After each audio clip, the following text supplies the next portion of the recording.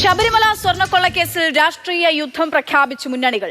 നേതാക്കളുടെ പങ്ക് ചൂണ്ടിക്കാട്ടി ഇടതുമുന്നണിയും UDFും ആരോപണ പ്രത്യാരോപണങ്ങളുമായി രംഗത്തെത്തി. SIT തന്നെ വിളിപ്പിച്ചെന്ന വിവരം P ശശിയുടെ നിർമ്മിതിയെന്ന് അടൂർ പ്രകാശ് കുറ്റപ്പെടുത്തി. കോൺഗ്രസ് നേതാക്കൾ SITയെ തള്ളിപ്പറയാൻ തുടങ്ങിയെന്ന് CPMും ആരോപിച്ചു. പ്രതിപക്ഷത്തിന്റെ ആരോപണത്തിന് മറുപടിയുമായി കടകംപള്ളി സുരേന്ദ്രൻ ഇന്ന് ഫേസ്ബുക്ക് പോസ്റ്റുമായി രംഗത്തെത്തി. ഇതിനിടെ കൊള്ളയടിക്കപ്പെട്ട സ്വർണം വീണ്ടെടുക്കാൻ നെട്ടോട്ടമോടുകയാണ് അന്വേഷണ സംഘം. മാർഷൽ V സെബാസ്റ്റ്യനും R അനന്തകൃഷ്ണനുമുണ്ട് വിവരങ്ങളുമായി.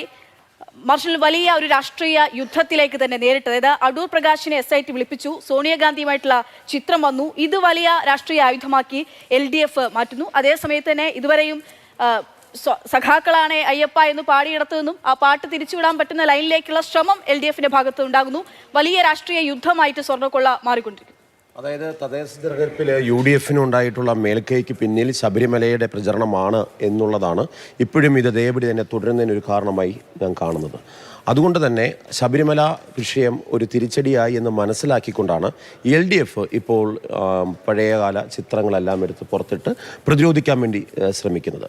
എന്ന് മാത്രമല്ല, ഈ ശബരിമല വിഷയം BJPയെക്കാളും കൂടുതൽ ഗുണം ചെയ്തത് UDFിനാണ് എന്നുള്ള കാര്യവും LDFിന് മനസ്സിലായിട്ടുണ്ട്. CPM സംസ്ഥാന സെക്രട്ടേറിയറ്റിൻ്റെയും സംസ്ഥാന കമ്മിറ്റിയുടെയും വിലയിരുത്തൽ തന്നെ അങ്ങനെയാണ്. ഇതുകൊണ്ട് BJPക്ക് ഗുണമൊന്നും ഉണ്ടായില്ല. BJPയുടെ വോട്ടിംഗ് ശതമാനം 14% കുറയുകയാണ് ചെയ്തത്. എന്നാൽ UDFിന് അതിഭീകരമായി വലിയ തോതിൽ രാഷ്ട്രീയമായിട്ട് ഉപയോഗിക്കാൻ ശ്രമിക്കുന്നില്ലേ എന്നുള്ളൊരു ചോദ്യം ഉണ്ട്. BJPയാണ് യഥാർത്ഥത്തിൽ ഇത് ഒരു പ്രധാന വിഷയമായിട്ട് മുന്നിൽ വെച്ചത്. UDFിന് വേറെ നിവൃത്തിയില്ലായിരുന്നു. കാരണം രാഹുൽ മാങ്കൂട്ടം ഉയർത്തിയിട്ടുള്ള അധാർമികമായ ചില സമീപനങ്ങളുടെ പിന്നിൽ പെട്ടുപോയിട്ടുള്ള UDFിനെ സംബന്ധിച്ചുള്ള ഒരു പിടിവള്ളിയായിരുന്നു ഇത്.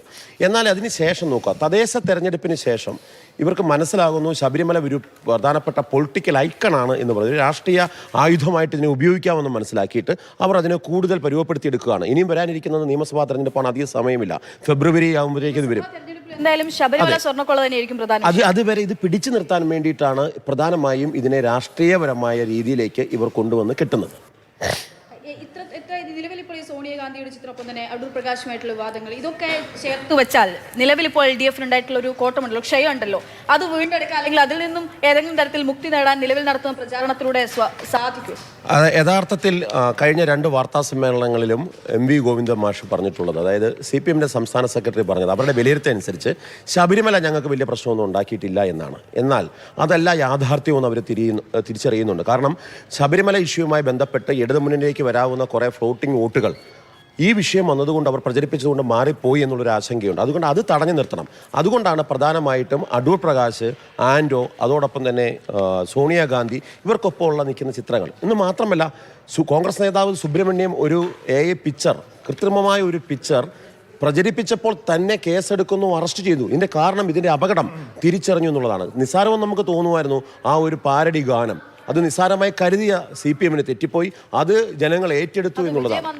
അതെ, അതുകൊണ്ട് സ്വാഭാവികമായിട്ടും ഇനിയും ചെറിയൊരു കാരണം ഇന്നത്തെ ഒരു ഫേസ്ബുക്ക് നോക്കൂ, കടകംപള്ളി സുരേന്ദ്രൻ വളരെ കൃത്യമായി വെല്ലുവിളിച്ചിരിക്കുകയാണ്. 83 ദിവസമായി ഒരു കീറക്കടലാസ് പോലും കോടതിയിൽ സമർപ്പിക്കാൻ വയ്യാത്ത പ്രതിപക്ഷ നേതാവ് എന്തടിസ്ഥാനത്തിലാണ് എനിക്കെതിരെ പറയുന്നത്? മാധ്യമങ്ങളെ വിമർശിക്കുന്നുണ്ട്. എൻ്റെ മൊഴിയെടുത്തു, അത് ചോദ്യം ചെയ്യലാക്കി മാറ്റിയത് എങ്ങനെയെന്നുള്ള ചോദ്യം ചോദിക്കുന്നുണ്ട്. അപ്പം സ്വാഭാവികമായിട്ടും ഇവരെല്ലാം പരസ്യമായിട്ട് പ്രതികരിച്ചു കഴിഞ്ഞു. ഈ പരസ്യമായ പ്രതികരണത്തിന്റെ കാരണം ഇത് മിണ്ടാതിരുന്നു കഴിഞ്ഞാൽ കൂടുതൽ അപകടമാണ്. അല്ല, തദ്ദേശത്തിൽ വൈകി, പക്ഷേ നിയമസഭാ തെരഞ്ഞെടുപ്പിൽ വൈകിയിട്ടില്ലല്ലോ. ആ പ്രതിരോധമാണ് ഈ കാണുന്നത്. ഞാൻ ഇപ്പോൾ ഉണ്ടാക്കിയിരിക്കുന്ന ഈ ഒരു പ്രതിസന്ധി ഇപ്പോൾ ഉള്ള ഒരു പ്രതിക്കൂട്ടിലാകുന്ന ഒരു പശ്ചാത്തലമുണ്ടല്ലോ, അതിൽ നിന്നും പെട്ടെന്നൊക്കെ മുന്നോട്ട് പോകാൻ മറികടക്കാൻ വേണ്ടിയിട്ട് ഇപ്പോൾ ഉള്ള കടകംപള്ളിയുടെ പ്രതികരണം കൊണ്ടൊക്കെ സാധ്യമാകുന്ന ഒരു അല്ല, അത് ഈ കേസ് അന്വേഷണത്തിന്റെ ഭാഗവുമായി ബന്ധപ്പെട്ട് കോടതി നിൽക്കുന്ന ഒരു കേസാണ്. ആ കോടതി നിൽക്കുന്ന കേസിനകത്ത് ഇത്തരം ആരോപണങ്ങൾ പ്രതിപക്ഷ നേതാവ് ഉയർത്തുമ്പോൾ പ്രതിപക്ഷ നേതാവ് ഉയർത്തിയിട്ടുള്ള ആരോപണങ്ങൾക്ക് എന്തടിസ്ഥാനം എന്നുള്ളതാണ് അതിൻ്റെ പ്രസക്തി. ആർക്കും ആരോപണങ്ങൾ ഉന്നയിക്കാമല്ലോ. ആ ആരോപണങ്ങളുടെ പ്രസക്തി വരുന്നതാണ്. പക്ഷേ തെരഞ്ഞെടുപ്പ് സമയത്ത് ഇത്തരം ആരോപണങ്ങൾ വോട്ടായി മാറുമെന്നുള്ളതാണ്.